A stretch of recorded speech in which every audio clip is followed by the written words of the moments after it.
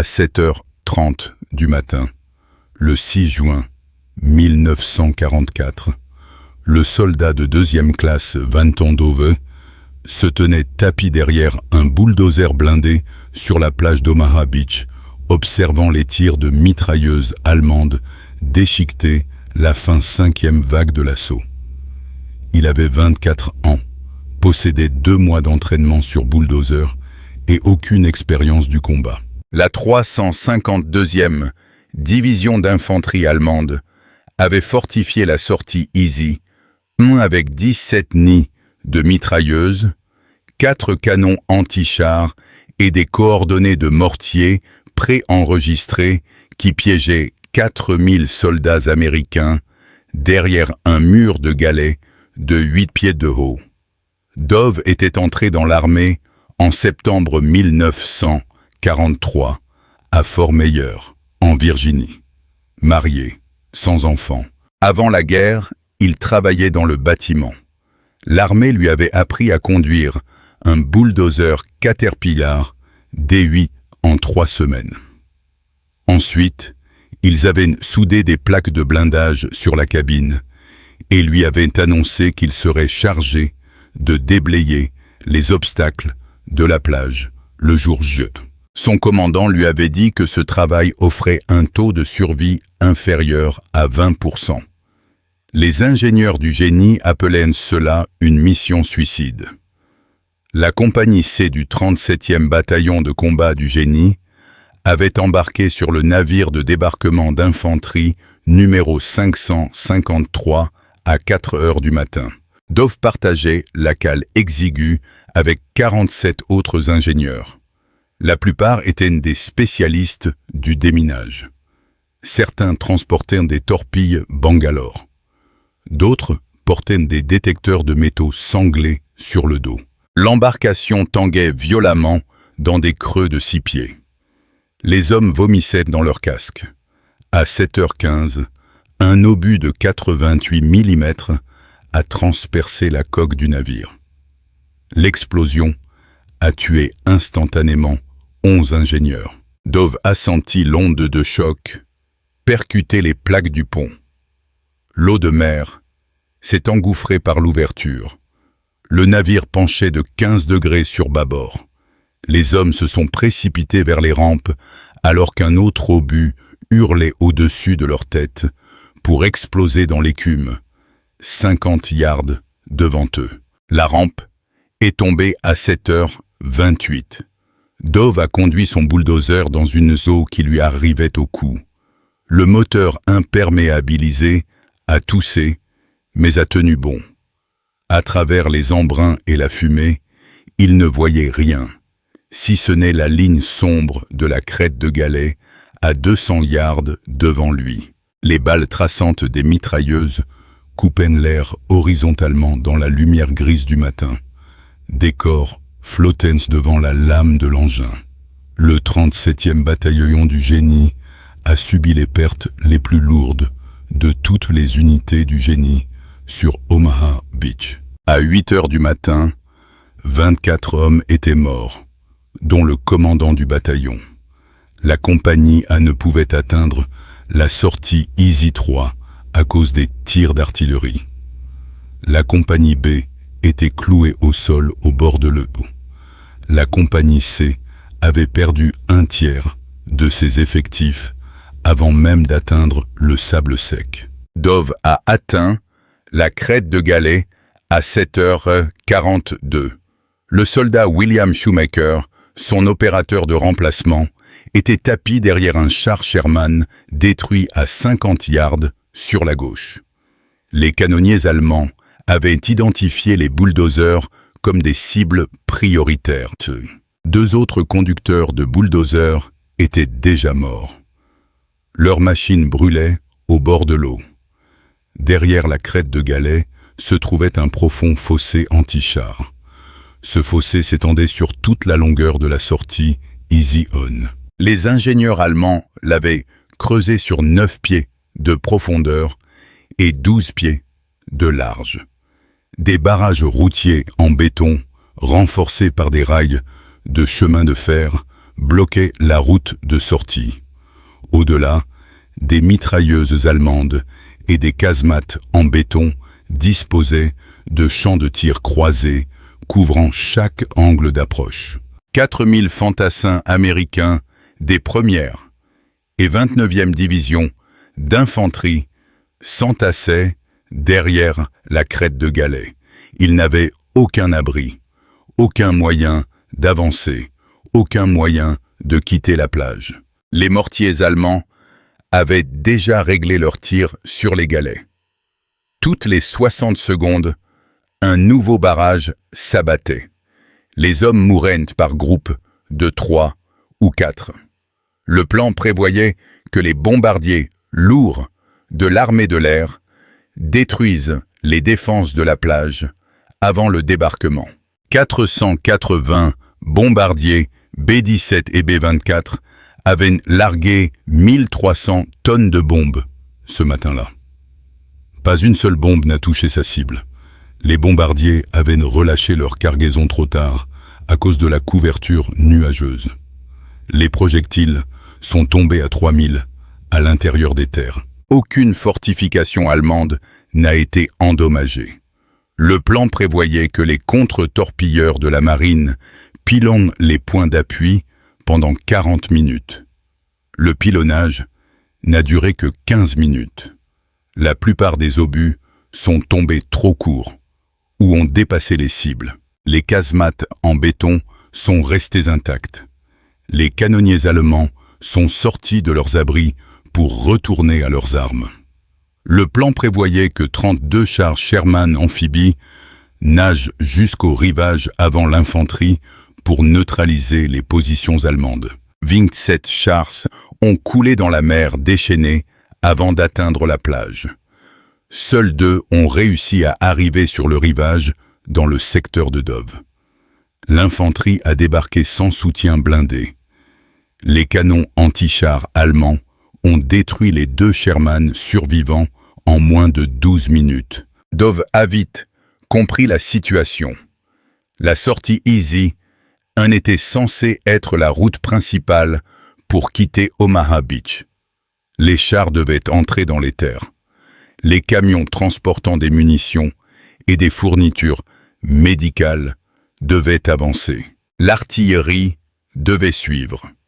Mais rien ne pouvait bouger tant que quelqu'un n'avait pas ouvert une brèche dans les galets, rempli le fossé anti-char et retiré les barrages routiers. Et le seul équipement capable de faire ce travail était un bulldozer. Si vous voulez voir comment Dove a réussi à percer là où 2 autres ont péri en essayant, s'il vous plaît, aimez cette vidéo. Cela nous aide à partager davantage d'histoires de la Seconde Guerre mondiale. Abonnez-vous si ce n'est pas déjà fait. Revenons à Dove. Les mitrailleurs allemands concentraient leurs tirs sur la lame du bulldozer. Les balles provoquaient des étincelles sur l'acier en flux continu. Dove ne pouvait pas lever la lame sans s'exposer. Il ne pouvait pas la baisser sans perdre toute visibilité vers l'avant. Il a maintenu la lame à la hauteur de poitrine et a conduit à l'aveugle à travers les impacts. À 8 heures du matin, il a atteint la crête de Galets. La lame a heurté les pierres et le bulldozer a fait un bond. Dove a mis les gaz. Les chenilles patinaient. La lame a fini par forcer le passage. Des pierres de la taille de pamplemousse ont dégringolé sur le capot. Le moteur hurlait. Enfin, les chenilles ont mordu le sol et l'engin a fait un bond en avant de 5 pieds. Il venait de créer la première brèche à travers la crête de Galets de son secteur. Désormais, chaque canonnier allemand dans un rayon de 400 yards savait exactement où il travaillait. Des salves de mortier commençaient à se rapprocher de la brèche. Dove comptait les explosions. 3 obus, 4 obus, 5 obus. Les observateurs avancés allemands ajustaient leurs tirs. Il lui restait peut-être 30 secondes avant que le prochain barrage ne l'encercle. Il a reculé le bulldozer de 10 pieds et a incliné la lame vers la gauche. Puis il est reparti en avant. La lame a mordu les galets avec un angle de 45 degrés. D'autres pierres ont roulé. La brèche s'est élargie à 12 pieds. Assez large pour une Jeep. Pas assez pour un camion. Pas assez pour un char. Des éclats d'obus résonnaient contre le blindage. Dove a ressenti la secousse à travers son siège. Un obus de mortier venait d'atterrir à 15 pieds derrière le bulldozer. Il a maintenu les gaz à fond. L'aiguille de température du moteur est montée dans la zone rouge. Les joints d'étanchéité autour des pots d'échappement commençaient à lâcher. L'eau salée avait corrodé les connexions.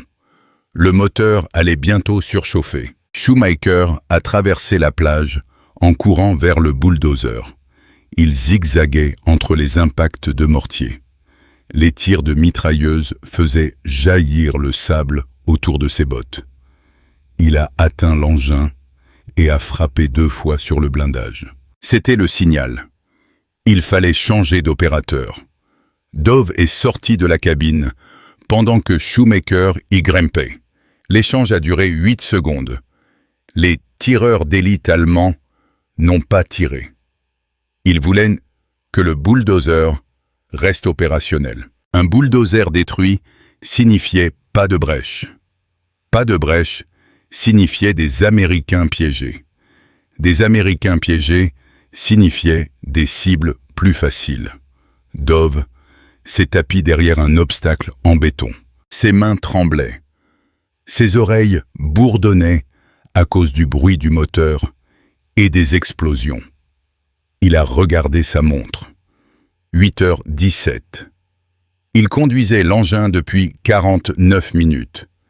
Il avait l'impression que cela faisait 6 heures.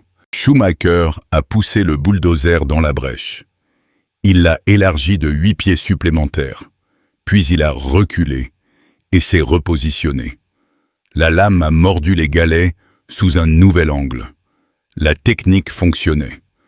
Creuser sous plusieurs angles. Créer une rampe plutôt qu'une paroi verticale. Faire en sorte que la pente soit assez douce pour que les véhicules puissent grimper.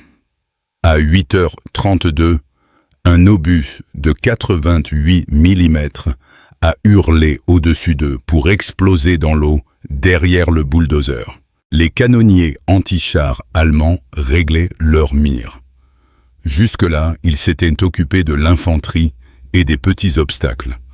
Maintenant, ils avaient une cible prioritaire, un bulldozer créant la première de route de sortie de la plage. Derrière Dove, les soldats du 16e régiment de la 1re division d'infanterie tentaient de s'organiser. Un capitaine blessé à l'épaule a rassemblé 15 hommes. Il leur restait une torpille Bangalore. Le capitaine a désigné les barbelés protégeant le passage vers la sortie Easy On. 3 soldats ont ramassé la Bangalore. Ils ont couru vers l'avant, courbés.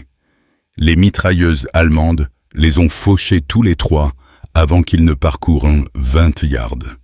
La torpille est restée dans le sable, à 15 pieds des barbelés. Le capitaine s'est effondré contre les galets. 11 de ces 15 hommes étaient désormais hors de combat. Ils n'avaient aucun moyen de forcer les barbelés. Aucun moyen de quitter la plage. Et la marée montait. L'eau avançait de 6 pouces toutes les 10 minutes. Les barges de débarquement continuaient d'arriver. Plus d'hommes, plus d'équipements, plus de véhicules. Tout s'entassait sur une plage sans issue. Des corps flottaient dans l'écume. L'équipement détruit bloquait les accès. L'artillerie allemande avait trouvé la distance idéale. Chaque vague d'assaut subissait des pertes avant même de toucher terre. Dove regardait Shoemaker travailler. La brèche dans les galets faisait maintenant 30 pieds de large, assez pour les camions. Peut-être assez pour les chars s'ils arrivaient sous le bon angle. Mais le fossé anti-char bloquait toujours tout. Ce fossé était le véritable obstacle. 9 pieds de profondeur, 12 pieds de large, courant sur toute la longueur de la route de sortie.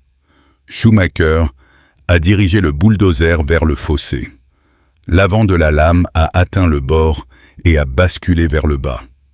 Schumacher a continué de pousser. La lame est descendue dans le fossé. Puis il a reculé. La lame est remontée chargée de sable, de pierres et de débris. Il a reculé de 10 pieds, puis est reparti en avant pour décharger le tout dans le fossé. Un chargement de lame représentait environ 3 yards cubes de remblai. Le fossé en nécessitait des centaines, peut-être des milliers. Cela allait prendre des heures, et les canonniers allemands savaient exactement ce qu'ils faisaient. À 8h47, une rafale de mitrailleuses a balayé la chenille droite du bulldozer. Les balles ont percé le carter de la chenille. Celle-ci s'est désolidarisée. Le bulldozer a fait une embardée vers la droite et le moteur a calé. Schumacher a essayé de redémarrer. Le démarreur tournait, mais le moteur ne partait pas. Il a pompé les gaz, a essayé encore. Rien. Le bulldozer restait immobile, à moitié dans le fossé, bloquant la brèche que les 2 hommes venaient de passer 20 minutes à créer. Les observateurs allemands venaient de transmettre de nouvelles coordonnées. Dov a compris que ce qui allait suivre était son choix. Rester derrière l'obstacle et vivre peut-être 1 heure de plus, jusqu'à ce que la marée montante force tout le monde à se découvrir. Ou courir sur 100 yards de plage, à découvert sous les tirs, pour atteindre un bulldozer en panne qui ne redémarrerait peut-être jamais. Un bulldozer que chaque soldat allemand surveillait. Le général Omar Bradley se tenait sur la passerelle du croiseur USS Augusta, à 5000 au large. Il observait la plage aux jumelles. Il voyait la fumée. Il voyait les incendies. Il voyait les barges détruites. Il voyait des milliers d'hommes bloqués derrière les galets sans issue. Il s'est tourné vers son officier d'opération et a déclaré que le débarquement à Omaha Beach était en train d'échouer. Il envisageait de retirer toute la force de la plage pour la rediriger vers Utah Beach ou les secteurs britanniques. Bradley a baissé ses jumelles. Puis il les a relevées. À l'extrémité et de la plage, près de la sortie Easy 1, il a vu quelque chose. Une brèche dans les galets, un bulldozer et un homme courant vers lui sous un rideau de tirs de mitrailleuse. Dov courait. Il gardait la tête basse et le corps penché. Les balles traçantes coupaient en l'air, à 2 pieds au-dessus de lui. Un obus de mortier a explosé sur sa gauche. Des éclats ont sifflé près de son casque. Il ne s'est pas arrêté. 50 yards, 60 yards. Ses bottes glissaient dans le sable mouillé. Il a trébuché, mais a continué d'avancer. Il a atteint le bulldozer à 8h53. Schumacher était dans la cabine, s'acharnant sur le démarreur. Le moteur tournait, mais ne s'allumait pas. Dov a grimpé sur le carter de la chenille. L'eau salée avait envahi l'admission d'air. Il a dévissé les écrous à Eyelet, a retiré le filtre. De l'eau s'est écoulée. Le moteur a toussé, a démarré, puis s'est éteint. Le joint d'étanchéité avait lâché. Le carburant était contaminé. Une rafale de mitrailleuse a balayé la lame. Une balle a percé le toit de la cabine à 6 pouces de la tête de Schumacher. Il s'est baissé, mais a continué d'actionner le démarreur. Dov a sauté au sol pour examiner la chenille cassée. 3 maillons avaient sectionné net. Normalement, c'était un travail de 2 heures pour 4 hommes avec les bons outils et une tente de maintenance. Ils n'avaient rien de tout cela. Ils avaient un bulldozer cassé dans un fossé anti-char sous un tir direct. Derrière eux, la situation se détériorait. La marée avançait de 6 pouces toutes les 10 minutes. Les barges transportant le 18e régiment d'infanterie tournaient au large. Elles ne pouvaient pas approcher. Les obstacles restaient en place. Les sorties étaient bloquées. Les hommes et le matériel s'entassaient entre les galets et l'eau qui montait. À 9 heures, les contre-torpilleurs de la marine se sont rapprochés du rivage. L'USS Carmick, l'USS Doyle, l'USS McCook. Ils se sont placés parallèlement à la plage, dans une eau si peu profonde que leurs quilles raclaient le fond. Puis ils ont ouvert le feu sur les fortifications allemandes avec leurs canons de 5 pouces à bout portant. Les casemates en béton se sont fissurés. Les nids de mitrailleuses ont été pulvérisés. Dove a profité de ce tir de couverture. Il a attrapé un pied de biche dans la boîte à outils. Il l'a coincé sous la section de chenille cassée. Il a fait levier. La chenille a bougé de 6 pouces. Il s'est repositionné. A fait levier à nouveau. 8 pouces de plus. C'était assez proche. Shoemaker a tenté le démarreur. Le moteur a tourné, a toussé, puis a pris. Une fumée noire s'échappait de l'échappement. Le régulateur fonctionnait mal. Le régime moteur montait et descendait, mais il tournait. Il a enclenché la chenille gauche. Le bulldozer a pivoté vers la droite. La chenille cassée raclait et claquait, mais tenait bon. Il a enclenché les 2 chenilles. L'engine a bondi hors du fossé. La lame s'est levée. Il avait repris le contrôle. À 9h14, ils ont recommencé à remplir le fossé anti-char. Chargement après chargement. Du sable, des pierres, du béton brisé, des morceaux de barge de débarquement détruites. Le fossé faisait 9 pieds de profondeur. Chaque coup de lame le remplissait d'environ 6 pouces. Il leur fallait encore 70 chargements. L'artillerie allemande les a de nouveau localisés. Des obusiers de 105 mm tirant depuis 2000 à l'intérieur des terres. Les obus arrivaient par salve de 3. Les impacts se rapprochaient. 100 yards derrière le bulldozer. 80 yards. 60 yards. Dove et Shoemaker travaillaient par tranches de 20 minutes. L'un conduisait, l'autre guidait. Ils changeaient sans s'arrêter. Les contre-torpilleurs de la marine continuaient de tirer. Le feu allemand diminuait. Certains nids de mitrailleuses se sont tus, mais l'artillerie persistait. À 9h42, un obus de 105 est tombé à 30 pieds du bulldozer. L'onde de choc a soulevé la lame. L'engin s'est cabré sur ses chenilles. Shoemaker s'est battu avec les commandes. Les chenilles ont mordu. La lame est retombée lourdement. Le moteur a bafouillé, mais a continué de tourner. La conduite hydraulique droite fuyait. Un liquide rouge s'accumulait sur le carter. La lame répondait avec lenteur. Des soldats de la compagnie B du 37e bataillon du génie sont arrivés. Le lieutenant Robert Ross les dirigeait. Il a vu ce que Dove et Shoemaker accomplissaient. Si cette sortie s'ouvrait, le débarquement réussissait. Si elle échouait, 4 divisions seraient piégées sur une plage de 6000. Ross a organisé ses hommes. Ils ont fait sauter les barbelés. Ils ont nettoyé les mines. Ils ont détruit les barrages en béton avec des charges explosives. Les tireurs d'élite allemands visaient les ingénieurs. 3 hommes sont tombés. Ross a continué de pousser.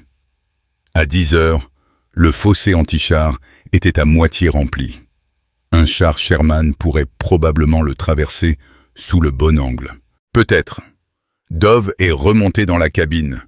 La température du moteur était critique. L'hydraulique lâchait. La chenille droite glissait. Le bulldozer était à l'agonie. Il a abaissé la lame pour un nouveau chargement. Le vérin hydraulique a gémi. La lame est descendue de 6 pouces et s'est arrêtée. Il a réessayé. La lame a tremblé, est descendue d'un pied, puis s'est bloquée.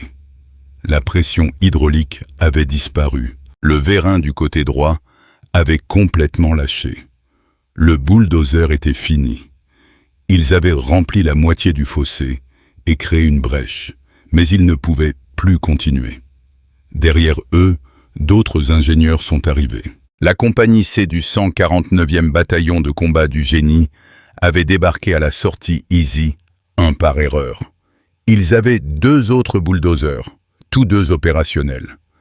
Ces engins ont repris le travail commencé par Dove. À 10h32, le premier char Sherman a franchi la sortie Easy 1 en direction de Saint-Laurent-sur-Mer. D'autres chars ont suivi, puis des camions, des jeeps, des ambulances. La sortie Easy 1 est devenue la voie principale pour quitter Omaha Beach. À midi, 3000 véhicules l'avaient emprunté. Dove était assis sur le bulldozer en panne, regardant passer le trafic. Ses mains ne s'arrêtaient pas de trembler. Shoemaker était assis à côté de lui. Aucun des deux ne parlait. Ils avaient été sous le feu pendant 3 heures et 26 minutes. 2 autres conducteurs de bulldozer étaient morts. Leur commandant était mort. 24 hommes de leur bataillon étaient morts. Un aide du général Bradley les a trouvés à 11h15. Bradley les avait observés depuis l'Augusta. Il avait vu le bulldozer. Il avait vu les 2 hommes échanger leur place sous le feu. Il voulait leur nom. L'aide a noté: soldat Vinton W. Dove, soldat William G. Shoemaker, 37e bataillon de combat du génie, compagnie C. Le général recommandait les 2 hommes pour la médaille d'honneur. La recommandation allait passer par la division, le corps d'armée, l'armée, jusqu'au général Eisenhower. Mais quelque part à 2000, à l'intérieur des terres, des observateurs d'artillerie allemands transmettaient de nouvelles coordonnées sur la sortie que Dove venait d'ouvrir. À 11h47, l'artillerie allemande a ciblé la sortie Easy 1. Les premiers obus sont tombés à 50 yards à l'est de la brèche. La seconde salve est tombée à 30 yards à l'ouest. La troisième a frappé la route. Un obus a explosé sur un camion de munitions. L'explosion a tué le chauffeur et 4 soldats. La sortie a été bloquée pendant 12 minutes, le temps que les ingénieurs dégagent l'épave. Les canonniers allemands faisaient de pleuvoir des obus tout au long de la route. Chaque véhicule qui empruntait la brèche traversait un véritable enfer. Les Allemands ne pouvaient pas fermer la brèche, mais ils pouvaient rendre son utilisation coûteuse. Dove et Shoemaker se sont éloignés du bulldozer hors d'usage. Ils ont rejoint ce qui restait de la compagnie C. Sur les 48 ingénieurs qui avaient embarqué sur le navire ce matin-là, 31 étaient encore en vie. 11 étaient de morts dans l'explosion initiale du bateau. 6 autres étaient morts sur la plage. Les survivants se sont organisés en équipe de travail, déblayant les obstacles, balisant les couloirs de mine, traînant les blessés vers les postes de secours. À midi, le 37e bataillon du génie avait ouvert les 3 sorties de son secteur, Easy 1, Easy 3 et une 3e brèche entre les deux. Des ingénieurs d'autres bataillons ouvraient des sorties plus à l'ouest. La plage n'était plus un piège. Les véhicules pouvaient avancer. Les renforts pouvaient arriver. Le débarquement avait réussi, mais le coup était brutal. Le 5e corps d'armée a rapporté 2300 victimes à Omaha Beach à la fin de la journée. La première division d'infanterie a perdu 1190 hommes. La 29e division en a perdu 743. Les unités du génie ont perdu 440 et un homme. De nombreuses pertes ont eu lieu au cours des 3 premières heures. Avant que les sorties ne soient ouvertes, Dove a travaillé tout l'après-midi. Il a aidé à récupérer l'équipement des barges de débarquement immobilisées. Il a marqué les passages minés avec du ruban blanc. Il a guidé les camions à travers la brèche de Izion. Ses mains ont cessé de trembler vers 14 heures. L'adrénaline était retombée. L'épuisement s'installait. Il a continué de travailler. À 16h30, le général Bradley a débarqué. Il a inspecté la sortie Izion. Il a parlé avec le lieutenant-colonel John O'Neill, qui avait pris le commandement. O'Neill a désigné le bulldozer abandonné. Il a expliqué comment 2 simples soldats avaient créé la première brèche et rempli la moitié du fossé sous un feu nourri. Bradley s'est approché du bulldozer. Il a examiné les dégâts, la chenille cassée, l'hydraulique défaillante, les impacts de balles dans la cabine. Il a demandé où se trouvaient les 2 opérateurs. O'Neill a trouvé Dove et Shoemaker. Ils se sont mis au garde à vous pendant que Bradley leur demandait leur nom et leurs états d'origine. Dove a répondu la Virginie. Shoemaker a dit la Pennsylvanie. Bradley leur a dit qu'il avait été témoin de leur travail depuis l'Augusta. Il a ajouté qu'il n'oublierait jamais avoir vu ce bulldozer monter et descendre la plage comme si c'était un samedi après-midi à la maison, comme s'ils étaient en train de déblayer une allée, et non d'ouvrir une sortie sous les mitrailleuses allemandes. Bradley a recommandé les 2 hommes pour la médaille d'honneur. Les documents ont suivi la voie hiérarchique. La division a approuvé. Le corps d'armée a approuvé. La première armée a approuvé. La recommandation est arrivée au quartier général suprême début juillet. Le général Eisenhower l'a examiné personnellement. Il a rétrogradé les 2 recommandations en croix pour service distingué. Aucune explication n'a été donnée. Certains officiers pensaient qu'Eisenhower appliquait un système de quotas. D'autres pensaient qu'il dépréciait les récompenses du génie, car le génie n'était pas considéré comme du combat direct. La véritable raison est restée obscure. Bradley aurait été furieux. Il était convaincu que les 2 hommes méritaient la médaille d'honneur. Mais la décision d'Eisenhower était finale. La cérémonie de remise a eu lieu en août. Dove et Shoemaker ont reçu leur croix pour service distingué des mains du général de division Clarence Webner. Les citations louent leur héroïsme extraordinaire sous le feu, leur initiative, leur refus d'abandonner quand le bulldozer était tombé en panne, leur contribution à l'ouverture de la principale sortie d'Omaha Beach. Après la cérémonie, Dove a repris son service. Le 37e bataillon du génie a avancé vers l'intérieur des terres avec le front. Ils ont construit des ponts, déblayé des routes, retiré des mines, aménagé des aérodromes. Un travail normal de génie, celui qui n'implique pas de mitrailleuses et de fossés anti-chars. Dove a été blessé 2 fois de plus avant la fin de la guerre. Une fois en France en septembre 1944. Une fois en Allemagne en février 1945. Aucune de ces blessures n'était assez grave pour une évacuation. Il a survécu à la guerre, est rentré en Virginie, a épousé sa fiancée, a eu des enfants et a vécu jusqu'à 83 ans. Il parlait rarement du jour J. Son fils racontait que la réponse habituelle de son père était toujours la même. Il n'était pas un héros. Les héros étaient restés sur la plage. Lui avait simplement fait ce qu'on lui avait dit.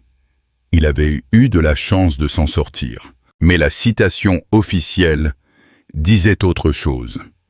Elle stipulait « Le soldat Vinton W. Dove a fait preuve d'un héroïsme extraordinaire lors d'une action contre l'ennemi. » Ses actions ont été déterminantes pour l'ouverture de la sortie Easy On. Sa contribution au débarquement d'Omaha Beach fut incommensurable. La croix pour service distingué est exposée au musée du génie à Fort Leonard Wood. À côté se trouve l'uniforme de Dove, celui-là même qu'il portait le 6 juin 1944. Des taches de sel sur la veste, l'usure du tissu, le métal terni. Mais cet uniforme raconte l'histoire d'un conducteur de bulldozer de 24 ans qui a accompli l'impossible dans des conditions inimaginables. Le général Bradley avait raison. Dove travaillait sur ce bulldozer comme si c'était un samedi après-midi. Comme si les bombes n'explosaient pas. Comme si les mitrailleuses ne tiraient pas. Comme si toute l'invasion ne dépendait pas de sa capacité à forcer 8 pieds de galets et à remplir un fossé de 9 pieds. Pendant que les Allemands concentraient toutes leurs armes sur lui, qu'est-ce qui rendait Dove différent? Pourquoi a-t-il réussi là où d'autres ont échoué? Était-ce l'entraînement, sa personnalité, la chance? Personne n'avait de réponse. Mais des ingénieurs ont plus tard calculé quelque chose d'intéressant. Le point d'appui allemand couvrant la sortie Easy avait tiré plus de 20 000 munitions pendant le débarquement. Des champs de tir parfaits, une visibilité parfaite. Pourtant, 2 hommes opérant un bulldozer à découvert ont survécu pendant 3 heures. La probabilité statistique de sa survie était de 0,003%. Le chercheur a vérifié les chiffres plusieurs fois. Cela n'avait aucun sens. L'exposition de Dove était 4 fois plus longue que la moyenne, le volume de tir 2 fois plus élevé. Pourtant, il était vivant. Le chercheur a conclu que la survie de Dove ne pouvait s'expliquer ni par la compétence tactique, ni par le hasard, ni par un échec des tireurs allemands. Quelque chose d'autre était intervenu en dehors des paramètres normaux de l'analyse de combat. Le 37e bataillon du génie est resté à Omaha Beach pendant 3 jours supplémentaires. Ils ont continué à déblayer les obstacles, à élargir les sorties, à construire des routes de la plage vers le plateau. Le 9 juin, plus de 50 000 véhicules étaient passés par les sorties qu'ils avaient ouvertes. Le 13 juin, toute l'opération de ravitaillement du 5e corps d'armée passait par ces brèches. La sortie Easy insupportait le trafic le plus lourd. Des chars Sherman de la 2e division blindée, des chasseurs de chars, de l'artillerie, des camions de ravitaillement, des ambulances évacuant les blessés. Le flux ne s'arrêtait jamais, 24 heures sur 24, sous les tirs intermittents de l'artillerie allemande. Les ingénieurs ont élargi la brèche à 80 pieds. Ils ont renforcé le remblai du fossé anti-char avec des plaques d'acier. Ils ont nivelé la route d'accès pour éviter que les véhicules ne s'embourbent. La sortie ouverte par Dove et Shoemaker était devenue une route logistique majeure. Les observateurs d'artillerie allemands n'ont jamais cessé d'essayer de la fermer. Ils tiraient depuis des positions près de Saint-Lô, avec des obusiers de 105, des canons de 155 et même 2 canons sur rail de 210 mm, situés à 12 000 de là. Les obus arrivaient à intervalles irréguliers. Les ingénieurs avaient appris à reconnaître le schéma. Écouter le boom lointain, compter jusqu'à 17, se mettre à l'abri. Les obus arrivaient avec une précision d'horlogerie, 17 secondes entre le tir et l'impact. Les hommes expérimentés développaient un instinct de survie. Dove a quitté Omaha Beach le 10 juin. Son bataillon s'est enfoncé dans les terres pour soutenir l'avance vers Caen. Leur mission consistait à déblayer les routes, Les Allemands avaient de bloquer chaque intersection avec des arbres abattus, des ponts détruits, des routes cratérisées et des bas-côtés minés. Les ingénieurs travaillaient en amont de l'infanterie. Le travail était dangereux, mais différent du jour J. Sur la plage, tout se passait dans un temps compressé, 3 heures d'intensité maximale. À l'intérieur des terres, le danger était plus diffus, étalé sur des semaines et des mois. Une mine ici, un tireur d'élite là, un tir d'artillerie sans prévenir. Les hommes mouraient lentement au lieu de mourir tous en même temps. Dove a été blessé le 14 septembre près de Nancy. Un barrage de mortiers allemands a surpris son escouade alors qu'il nettoyait un carrefour. Des éclats l'ont touché à la jambe gauche et à l'épaule droite. Aucune blessure n'était grave. Il a refusé l'évacuation et resté avec son unité. Et a boité pendant 2 semaines jusqu'à ce que sa jambe guérisse. La seconde blessure est survenue le 9 février 1945 près de Prüm, en Allemagne. Une autre attaque de mortier. Des éclats ont touché son dos. 3 petits fragments se sont logés près de sa colonne vertébrale. Trop dangereux à retirer par chirurgie, les médecins les ont laissés en place. Dove a porté ces fragments pour le reste de sa vie. Il faisait sonner les détecteurs de métaux dans les aéroports. Il a reçu la Purple Heart avec une feuille de chêne. Quand on l'interrogeait sur ses médailles, il disait que la croix pour service distingué suffisait. Il n'avait pas besoin de reconnaissance pour avoir été touché par des éclats. La guerre en Europe s'est terminée le 8 mai 1945. Le 37e bataillon se trouvait près de Pilsen, en Tchécoslovaquie. Ils avaient parcouru plus de 700 milles depuis Omaha Beach. Dove avait assez de points pour rentrer chez lui. Il a quitté l'Europe en août, a embarqué au Havre le 23 août. Le navire a mis 14 jours pour atteindre New York. Il a accosté à Staten Island le 6 septembre, exactement 15 mois après le jour. Après sa démobilisation, Dove a pris le train pour la Virginie. Sa femme l'attendait à la gare. Ils étaient mariés depuis 2 ans, mais n'avaient passé que 6 mois ensemble avant son départ. Elle lui avait écrit 212 lettres pendant la guerre. Il lui avait répondu 97 fois. La guerre était finie. Les lettres n'étaient plus nécessaires. Ils se sont installés dans une petite ville près de Richmond. Dove a repris son travail dans le bâtiment, conduisant des engins de chantier, surtout des bulldozers. Il était doué, calme, fiable. Il a travaillé pour la même entreprise pendant 38 ans, a pris sa retraite en 1983 et a élevé 3 enfants. Il n'a jamais rejoint d'organisation de vétérans, n'a jamais assisté aux commémorations, n'a jamais défilé. Son fils disait qu'il gardait sa médaille dans un tiroir. Quand on l'interrogeait sur la guerre, il changeait de sujet. Il disait que c'était il y a longtemps que d'autres hommes en avaient fait plus. En 1994, le 50e anniversaire du jour, j'ai ravivé l'intérêt du public. Les médias voulaient des interviews. Les historiens voulaient des détails. Dove a décliné toutes les demandes. Il avait 74 ans.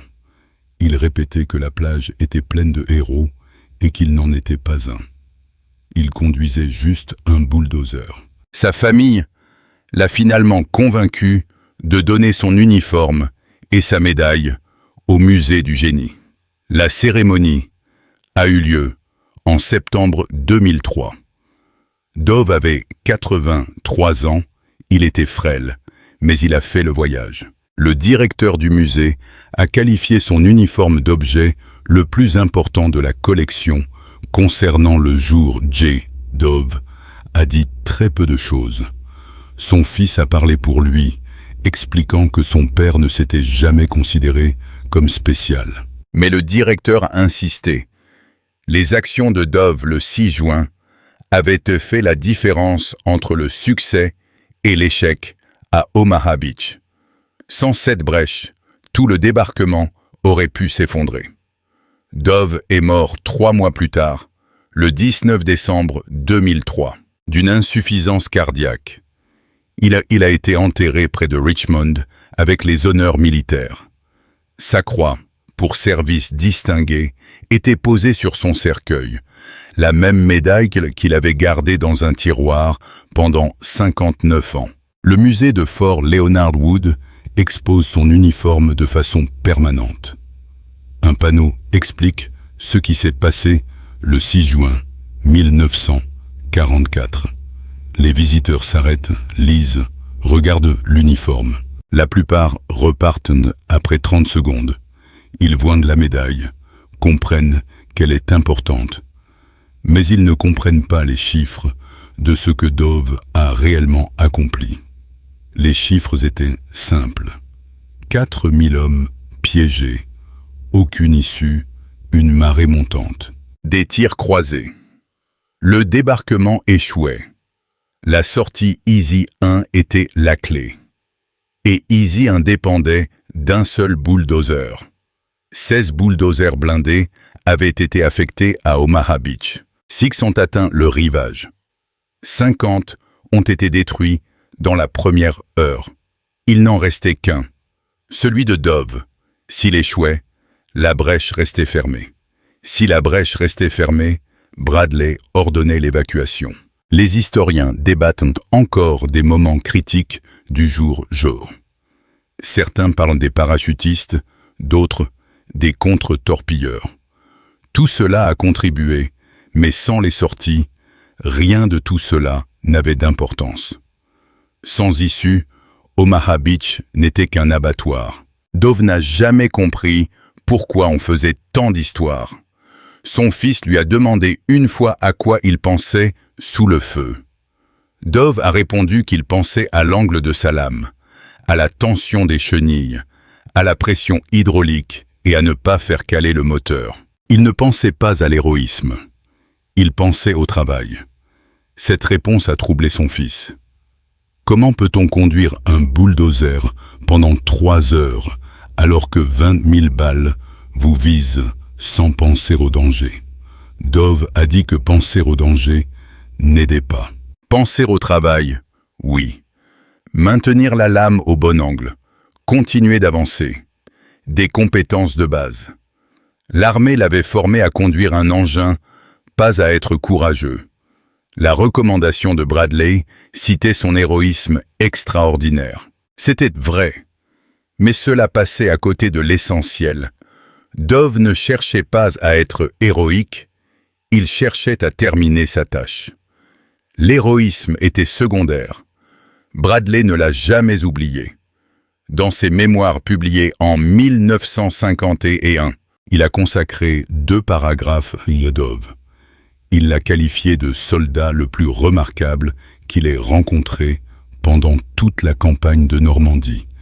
Il disait que voir ce bulldozer travailler sous le feu lui avait redonné espoir, au moment où il s'apprêtait à ordonner l'évacuation.